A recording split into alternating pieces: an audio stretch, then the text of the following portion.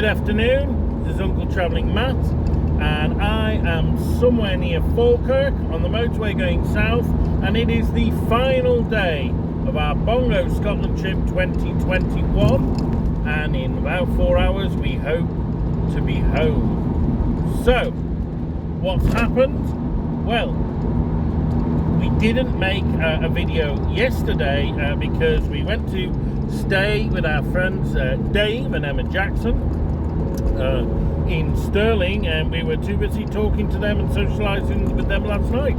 So we were busy, and not a lot actually happened yesterday. As I said in the last video, we're drawing to the end of our trip. We drove about 80 kilometres to their house in Stirling, and then basically just stayed there for the rest of the day and night. And it was nice to be out of the van and with some nice company in a civilized setting, so that was great.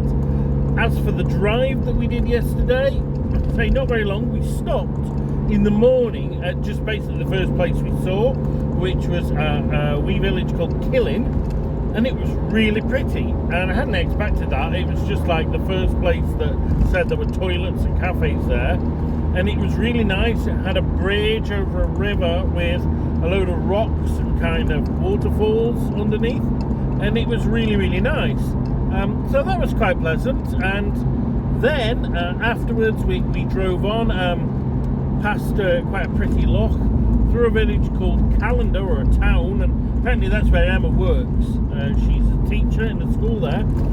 Dave at the moment, because of the COVID thing, is working from home. So we got there about lunchtime. We had a fantastic Sunday lunch with them, absolutely amazing, and then we just chilled for the rest of the day. We played a board game called Ticket to Ride. If you want the board game, link in the description. Yeah. We'll put the link in. It was really good. I've not played that one before. It was all about like railway journeys across Europe. That was quite fun. Thomas hung out with their kids, particularly Ailey, who's the daughter. She's about 10. 10, yeah. They did this kind of dancing thing where they kind of danced to ABBA tracks. Just Dance. Yeah. And you seem to enjoy that. We played on the Wii for a bit. And then Dave, Emma and I, we indulged in a few of our memories from Japan. I know Emma, she was a fellow jet with me in Japan, and Dave came to visit there, and that's where I got to know him. He stayed for a month there, and we hung out together, shall we say. So yeah, that was that. And then, because I actually know Dave these days, because I go to test matches with him every year, and so we only saw him a couple of weeks ago at Trent Bridge for the India test. But it's a long friendship. It's a good one. It's good.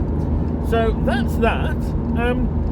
And that's all we did yesterday. We woke up quite late this morning after a very good sleep in a proper bed, and we've had a fantastic cooked breakfast. And all we're doing today is going home. And as always, going home is a time to reflect on the whole trip. So a few, I guess, statistics first. Looking at my kilometerometer, we will do, I think, by the end about 3,000 kilometers. So compared with our last two Bongo trips, really short. Also a week shorter in time. They were 22 or 25 days long, something like that. This is 15.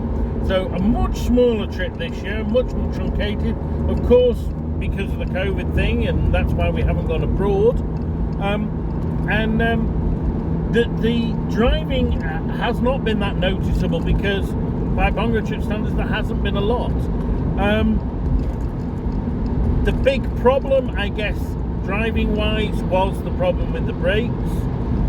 It didn't impact on the trip all that much. I mean, we kind of rushed the North Coast 500 thing a bit because of the brakes, and I was very nervous, particularly around the top of Scotland, about them. And what it does mean, there's going to be a bill at the end, for sending the parts up to Liverpool, and also there's other bits of work that need doing on it. But this is the first time, I guess, since we were in France on our first Bongo trip that Bongo's had a problem. The brakes are great now. There's been no other problems than that. And as always, you know, we are driving a very old vehicle here. It's a 1997 built Bongo, and remarkably few problems considering what it's been put through. Because although there's only 3,000 miles, 3,000 kilometers, a lot of that has been up and down steep passes, stop-start on passing roads. I think that's what buggered the brakes up a bit. And she's an old vehicle, and yet she keeps doing the business, you know. And yeah, great. I mean, I don't know, have you got anything to say about Bongo and this trip? Like, although we've had a few problems with Bongo, she's held up really well, like you say. And if any of you are looking to buy a camper van and you're a bit short on money and stuff, Bongos are perfect. And if you have got a Bongo right now and you're like in between a few paths, whether you take it on abroad or take it to Scotland or something, just do it. It's worth it, isn't it? Yeah, and that's a good point, because I've seen quite a few Bongo videos on the internet, and also I've spoken to Bongo owners, and they're like, oh, I don't know if I could take the Bongo abroad. Like, what are you talking about? We've done 2 trips. Yeah. 3. Well, I mean, it's not abroad, although it felt like abroad. I think this trip has felt like abroad at times. And if like maybe going straight abroad's too much, totally do some of the routes we've been doing on this trip to sort of familiarise yourself, kind of. Although I would say, actually, like, although you see a lot of camper vans in Scotland, right, of all shapes and sizes, and yeah, it's good for camper vans, but I actually think camper vans come into their own, not on trips like this, but on the ones across Germany and across, you know, Central Europe and stuff. Like, that's the place to take a camper van, not up on the north coast of Scotland, because where they're great is where they're going along motorways, as we're doing now, a set speed, and then, you know what, I want to stop, I want to camp for the night, you can, and, you know, I want a cup of tea, just put the kettle on and that, I want to eat, you've got the fridge in there and all that kind of stuff. You know, if you're thinking, oh, well, if I've got a camper van, I should be taking it out to these wild back and beyond places. Yeah, you can do that, but actually, you might as well just do it on the motorway stuff, because they make the motorway driving and the autobahn stuff like almost pleasurable, whereas in a car it's horrible. So, okay, so that's kind of a bit about Bongo. The trip itself, it's not our first trip to Scotland. As we've mentioned several times before, our first ever road trip, and our only road trip without Bongo, was to the Orkney Isles. We did it in, I think it was 2015. Tom had done about Neolithic stuff at school, got really into it, so we went up to the Orkney Isles purely to see the Neolithic stuff, and we got a bit of a taste for the Scottish Islands, and also like the road trip concept. And we did that in a Volkswagen Polo. We kind of killed the Polo doing it. We scrapped it pretty soon after. But yeah, the front fell off. Yeah, the front fell off at Kirkwall in the Orkney Isles. But you know what? That was a nice trip, and in many ways this was kind of picking up where we left with that. It is much better doing a Scotland road trip in a camper van than a car. That's number one. Not having to camp is great. We did camp one night on camera, I'll talk about that later, but at the end of the day, it's so much more comfortable, these eat up the miles, and it is great being able to just stop anywhere and camp. And I think one great thing, like one thing I really liked about this trip, as opposed to the others, is where you stop in some really scenic place, like by a loch, by a beach, and you just get a fire going. And you sit there by Bongo with this fire, and it's amazing, isn't it? Yeah. And we did that 3 or 4 times. Yeah, we did. And now all our clothes smell of peat. Yeah, everything smells of peat at the moment. I mean, that's the problem with campfires. So yeah, everything out there just smells of peat or wood. But yeah, and that's good. And what was different with this trip than the other two is we would often like fill our days with stuff and then drive into the night, and then only stop driving when we can't be bothered to drive anymore, we're too tired, so often like midnight or 1 o'clock. and that's great because the roads are emptier then as well. Whereas apart from not last night, the night before, we haven't really driven into the night much with this. We've just been doing daytime driving, and we've been stopping much earlier and enjoying the evening. And so that's been a real difference in the rhythm. And I think that brings it on to the key thing about Scotland. Like Scotland, it's all about scenery. So you're not really worth driving in the night because you miss the scenery. The scenery, I mean, some of the scenery here is stunning. I think only the Faroes and Iceland I've been that are better. I think this is the best scenery you've seen in Bongo. I think the scenery, some of that stuff on the North Coast 500 was incredible. Some of the stuff we've seen on the islands was unbelievable. But the problem with Scotland is there's not a lot to do. Apart from scenery and beaches and the nature stuff. And then a few stone circles. Yeah. Once you've done stone circles, cairns, there's not actually a lot of cultural stuff. And it's quite an empty place. And I'm not saying Scotland hasn't got a history, but even compared with Ireland and Wales, there's a lot more cultural stuff going on in those two countries.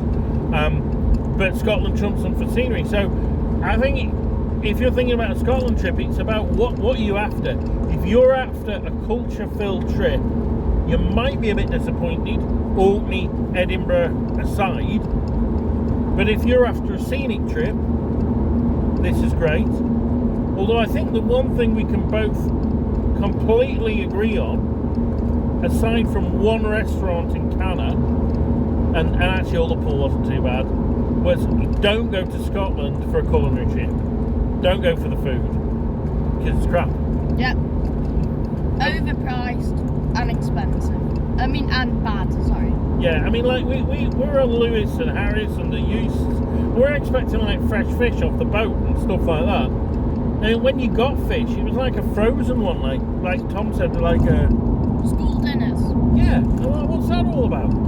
You know, and really expensive. And the only place we got really nice, fresh food, apart from at Emma and Dave's house, was... Canna, yeah, and that was amazing, but it was expensive. And I didn't mind shelling out because it was a one-off, but at the end of the day, the food, like, and we were talking with Dave about this last night, and he said the Scottish Tourist Board haven't caught up. You know, they haven't worked out that people really want great food, and they haven't. And the Irish have. Like, you go to Ireland, you can get fantastic seafood and stuff. And let's be honest, Ireland hasn't got a great culinary tradition, but they've worked out that that's what people want. And I think the Welsh have as well. I think Wales is not a bad food destination these days. But Scotland, it was bloody awful, really. And unless you like fried breakfast, which I do. But you know, after a while, fried breakfast and fish and chips gets a bit boring. So, yeah, so we talked about the food, talked about the scenery. What else, Thomas? I think we've more or less covered it. I'll tell you what we haven't covered. What I really like about Scotland and the ferry journeys. Oh my god, how could I forget those? Those were just immense. It was like, I've never felt this, like, every Bongo trip we've been on, the ferries have always been a highlight. But this trip, the ferries have really been a highlight.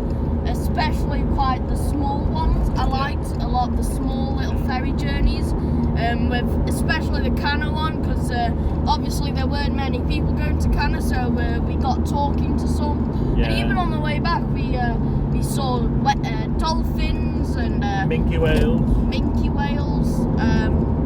And yeah, the ferry journeys were just wow. It was like as good as the Icelandic. Yeah, I mean, like the Scandinavian ones. Yeah, the Scandinavian ones were amazing, and I don't want to take away from them, but they were on very big boats, weren't they? And big boats have an attraction all of their own because there's stuff to do on them, there's restaurants and stuff, and you're very high up, so that's nice. But there is something about those little boats as well. Yeah, it's like something, like a sort of magic. Yeah, there is a magic, and I was talking with Dave about it last night, right? And Dave was saying, like, the magic of train travel has been taken away because now trains go too fast these days, and so you can't see the scenery before it's past you. But also, like back in the day, trains rattled along, and they had windows you could open, and you were like in contact with nature. Whereas these days you're all sealed in because they're all about health and safety, and you might get your head lopped off if you stick it out a window, which I guess is a real danger. But it takes something away from the journey, and that might be why preserved railways are so popular, because you still do have compartments and you can stick your head out the window. But the thing is that ferries are almost what trains used to be. Like ferries, you've got that contact with nature. You stand on the front of the ferry, and the rain might lash at you, or the wind, and you've got the sea around. It's brilliant. It's absolutely brilliant. And even, the last one we did was great, but I really enjoyed that one between Harris and North Uist, where it was quite stormy, and we were bobbing up and down, and water was splashing against the boats, and that was really quite exciting, I thought. Yeah. And so, yeah, I think the ferries are well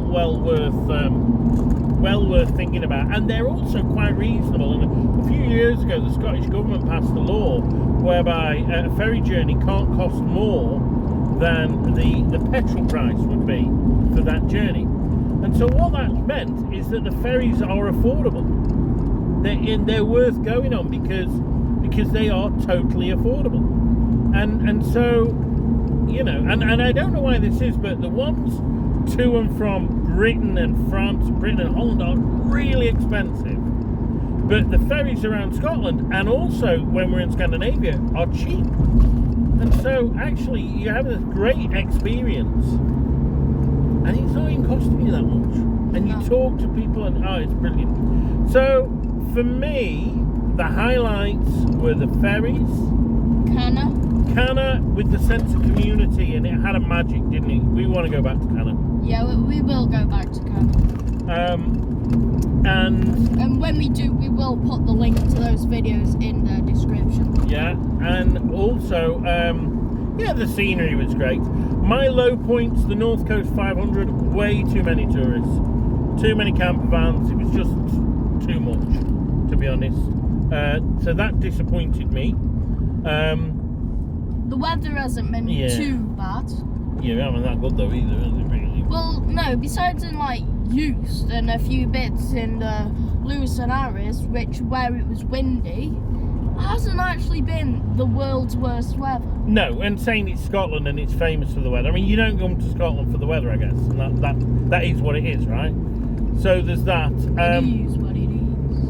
I much prefer the islands of Scotland than the Highlands, and we've talked about at least 2 more Scottish island trips, probably one of them with Bongo, where we will go to the Inner Hebrides, also the Shetlands, but whether it's worth putting a van all the way up to the Shetlands, that might cost a bit of money. I don't know whether it's just better getting up there and hiring a car for a few days while we're up there. I don't know, but that's that. That is the end of Bongo Scotland 2021. Let's hope in 2022 we'll be back with another Bongo trip. Keep travelling. Keep travelling.